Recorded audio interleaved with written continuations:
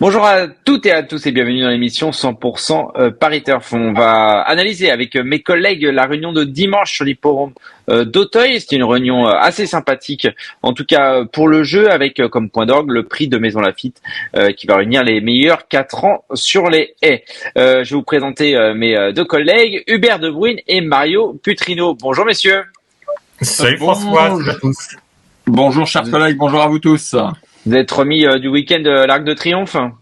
Oui, c'est vrai qu'on a bien encaissé, on s'en est pris plein les yeux, on a vu un très beau vainqueur, donc malheureusement on attendait ça avec impatience et puis ça y est, c'est déjà derrière nous, donc on focalise sur d'autres événements, notamment celui de dimanche. Exactement, et puis le week-end de l'obstacle, le 11 et 12 novembre qui nous attend également, il va y avoir quelques préparatoires d'ici là. On va commencer cette analyse avec le prix Bison Futé. C'est réclamé d'un steeple pour les 4 ans. Ils seront 6 au départ seulement. Mario, c'est toi qui vas nous livrer tes deux préférés. Alors, on n'a pas le droit à l'erreur avec un prix Bison Futé. On espère que tout se passera bien. Et cela dit en passant, dimanche, il y a un marathon autour d'Auteuil, ne l'oubliez pas. Ça sera donc utile de regarder Bison Futé. Bison Futé, Mario vous propose Madara le 2 et Romarius le 4. Voilà, Madara, écoutez, c'est vrai qu'on est resté sur notre fin, mais là, dans cette catégorie sur le steeple, écoutez, s'il lève les jambes, il devrait jouer la victoire, selon toute vraisemblance. Et puis Romarius, voilà, qui revient à de plus humbles ambitions et qui, dans cette catégorie, a aussi sa chance, en espérant que le steeple d'Auteuil lui convienne. Donc le 2 et le 4. Hubert. J'ai deux chevaux totalement différents, comme quoi peut-être que l'épreuve est plus ouverte qu'il n'y paraît. J'ai placé en tête le 6 Style de Rock qui a bien couru dans l'épreuve pour en servir de référence, où elle s'est classée deuxième. Et je vais lui opposer un cheval qui va découvrir les réclamés, je crois, c'est le 3 À nous tous que présente Jérôme Delaunay. C'est un cheval qui a eu d'autres prétentions, qui fait dans l'ensemble toutes ses courses. Il a certainement la qualité pour briller dans ce genre de lot. Donc 6 et 3 me concernant. On passe à la deuxième, le prix Falzarego. C'est un réclamé pour des 3 ans sur les haies 7 fois. Hubert. Je me suis pas trop cassé la tête une fois de plus dans cette épreuve. Tu le vends bien, Hubert. Je vais reprendre la ligne de la dernière fois où le 7 Blackin trace une bonne ligne droite pour se classer deuxième. Et je vais lui opposer le 6, Keep Calm d'Arian, qui a montré donc en dernier lieu qu'il avait son mot à dire dans les réclamés. Donc 7 et 6, 76. Ouais, je suis d'accord avec Hubert concernant Blackteen, numéro 7, qui semble apparemment, entre guillemets, offrir les meilleures garanties du lot, un lot tout de même assez modeste, faut l'avouer. Et puis en deuxième position, je rajouterai un autre cheval, c'est le numéro 5, Togo, qui avait bien couru début septembre à Auteuil dans cette catégorie. Bon, c'est vrai que la dernière fois, malheureusement, ça s'est mal passé, mais je rachète volontiers. Donc ce sera le 7 et le 5 pour moi. On passe au prix André Adel, steeple pour des 5 ans et plus bien connu. C'est le tiercé écarté, quintet plus, top 5 du jour sur l'hippodrome d'Auteuil. Mario, une course très très ouverte. Oui, très ouverte effectivement. Les choix sont légion. Écoutez, j'ai envie de prendre en priorité le 12 Harry Conti et puis le numéro 7 Swapoli du Matan, le 12 Harry Conti. En tout cas, sa rentrée a été bonne à Compiègne et notamment plusieurs de ses compagnons d'écurie, ceux de Jérôme Delaunay dont parlait Hubert tout à l'heure. Donc on sent bien que le programme est bien établi. Donc bonne course de rentrée à Compiègne, on va directement dans ce handicap à Auteuil avec, me semble-t-il, des bonnes prétentions. Et puis derrière, effectivement, Swapoli du Matan qui a également pris ses marques sur l'hippodrome d'Auteuil en steeple mi-septembre. Donc voilà, deux chevaux qui me semblent détenir une bonne chance. Eh bien,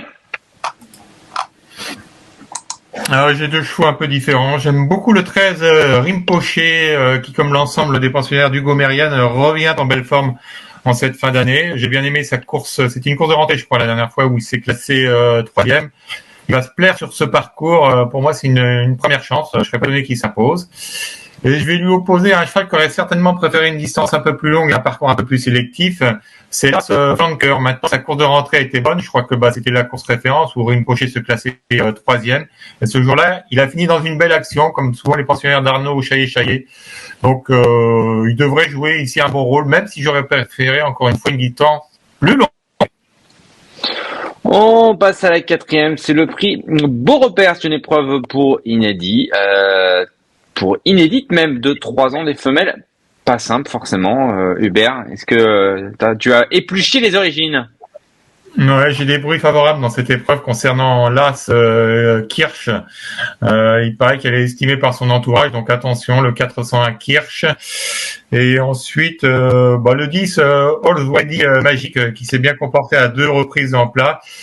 Si elle découvre les haies d'Auteuil d'emblée, c'est qu'elle est estimée par son entourage, donc on s'en méfie d'emblée. Généralement, chez Philippe et Camille Pelletier, ça fait tilt d'entrée.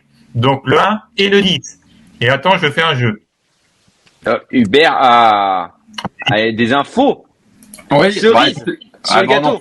On en profite. On rappelle. Vous l'avez pas. Non. Kirsch. Oui. Oui, évidemment, ça glisse, oui. ça coule de source. Donc course pour inédit, on rappelle à nos auditeurs qui n'auraient pas regardé les conditions de course. Donc c'est vrai que c'est assez difficile à démêler, mais l'info d'Hubert est excellente évidemment. Donc je lui fais confiance avec l'As Kirsch. Et généralement quand un cheval montre de bonne disposition, eh bien, on n'hésite pas à faire appel à un pilote, donc peut-être James Reveley, ok. Et puis en deuxième position, moi je ferai confiance au numéro 4, Épinéphrine.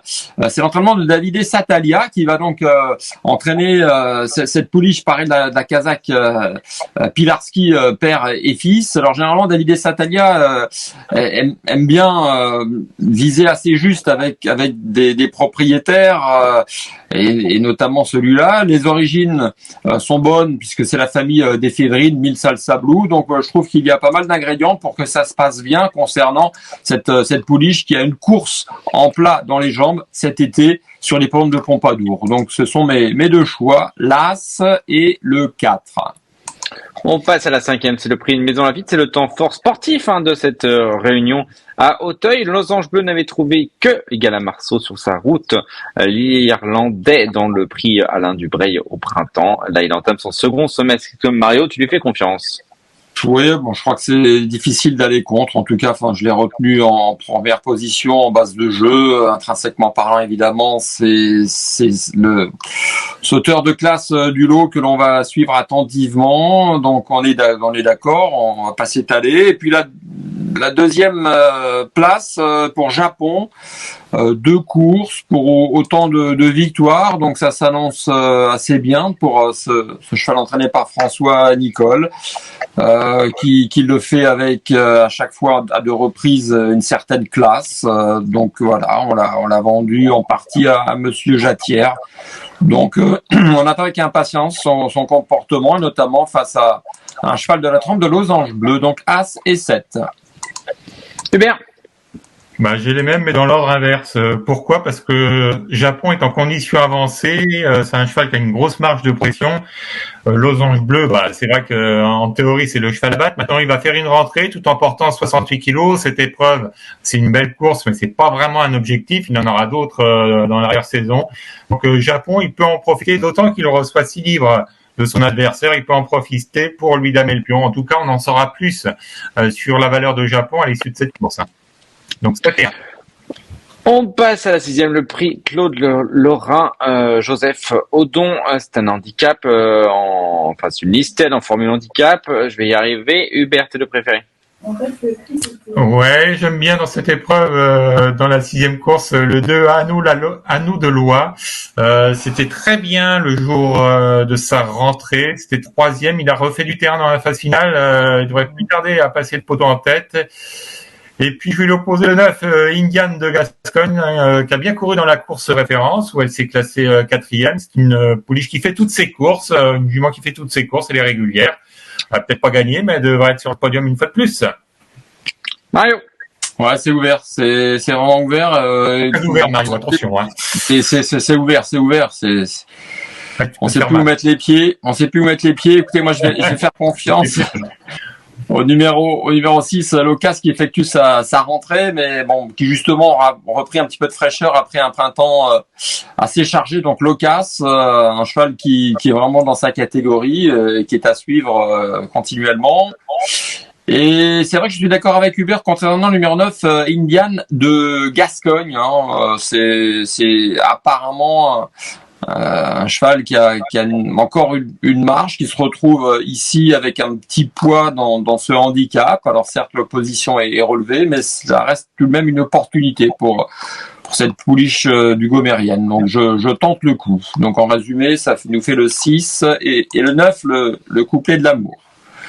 Oh là là. Septième course, le prix Bayonnais, Listed, vos steeples, 4 ans. Alors, je vous épargne le palmarès du prix Bayonnais, mais il y a plusieurs vainqueurs de Grand Steeplechase de Paris au palmarès. Mario, est-ce qu'on a deux préférés dans cette course assez ouverte, à mon sens? Pareil, ouais, c'est vrai. Non, écoutez, j'ai pas l'impression de voir un futur gagnant du Grand Prix de Paris. Là, c'est un peu la bouteille à l'encre. Je réhabilite le numéro 2, Jazzy Senan, entraîné par François Nicole, qui donc revient sur le steeple après avoir couru la dernière fois en haie. C'est certainement une pouliche qui va monter en puissance. Et puis je lui associerai le numéro 13, Joue le jeu. C'est une pouliche entraînée, elle, par Daniela Mellet, associée à James Trevelay, qui aligne les accessites d'honneur, qui va donc tenter de poursuivre sur sa lancée. Donc le 2 et le 13. Hubert. Allez, on va tenter le 11, Whiplash du Matan, qui a bien couru pour sa rentrée, où il s'est classé 3e. Même s'il découvre la distance, je pense que c'est un concurrent qui est taillé pour réussir sur les parcours de tenue. Et vu comment il a fini la dernière fois, ça m'étonnerait pas qu'il s'impose ici. Donc le 11, Whiplash du Matan, et puis le 5, Captain du Barley, qui est en plein progrès. Il reste sur 2 succès. Là, c'est un nouveau test, mais ses limites actuelles sont inconnues. Il peut même encore s'imposer. Donc, j'ai fait 11 et 5, mais ça peut être 5 et 11. La dernière, le prix Jacques Barbe, handicap pour des femelles de 4 et 5 ans. Hubert, tu conclus? Ouais, c'est une épreuve assez ouverte. J'ai pas beaucoup de conviction dans cette course. J'ai tenté le 3, Bellaria, qui m'a pas déplu la dernière fois. Ouais, c'est classé 5e. Et je vais lui opposer, j'ai longtemps hésité pour savoir qui j'allais lui opposer. Puis finalement, j'ai jeté mon dévolu sur le 5, Miami du Berlay. C'était pas mal la dernière fois, je crois que c'était à Clairefontaine où il s'est classé 2e. Là, retour en haie, maintenant ça m'inquiète pas trop. Ouais, 3 et 5, mais j'y crois pas trop. Je vais être franc avec vous. Mario, si tu y crois plus. Ouais. Non, c'est vrai que je comprends le sentiment d'Hubert, parce que c'est vrai qu'on n'a pas véritablement de candidature qui saute aux yeux ici. Ceux qui sont en forme, ou en tout cas ont obtenu des allocations, ce n'est pas forcément à Hauteuil. Donc voilà. Et ben justement, c'est le cas de Partaline. C'est une rentrée pour elle, c'est la découverte d'Auteuil, donc voilà, c'est le grand bain. Mais bon, comme la course s'y prête, du coup on va spéculer entre guillemets avec le numéro 6, Partaline, et puis effectivement le numéro 5, Miami du Berlay, qui pourrait réussir pour son retour sur les balais. Mais voilà, je crois qu'il ne faut pas hésiter à faire quelques combinaisons élargies dans cette épreuve. Merci beaucoup, messieurs. Maintenant, on passe à votre coup de cœur de la réunion, votre cheval du jour, comme vous voulez. Hubert. Allez, on va tenter dans la 7e course le prix Bayonnais, qui a souvent sacré des bons chevaux, François. Le 11, Whiplash du Matan, c'était très bien pour sa reprise de contact, 3e. Mario. Bah écoutez, je vais tenter dans le quintet. C'est la 3e course, et puis c'est le numéro 12 à Harry Conti, donc le 312 Harry Conti, qui me semble être assez bien engagé. Donc on l'attend sur le podium, j'espère. 312 sur 711, le report caisse du week-end. Exactement. Voilà. Merci beaucoup, messieurs. Merci beaucoup à Laurent en régie. On se retrouve la semaine prochaine pour un nouveau numéro de 100% Paris Turf. On ira du côté de Longchamp pour le prix du Conseil, de Paris Bon Très bien. week-end à tous et bon jeu surtout. À bientôt. Merci, Salut. bye bye et bon jeu. Merci à vous d'avoir suivi cette vidéo. Alors pour vous abonner à notre chaîne YouTube, c'est ici. Et pour suivre encore plus de vidéos Paris Turf, c'est de ce côté.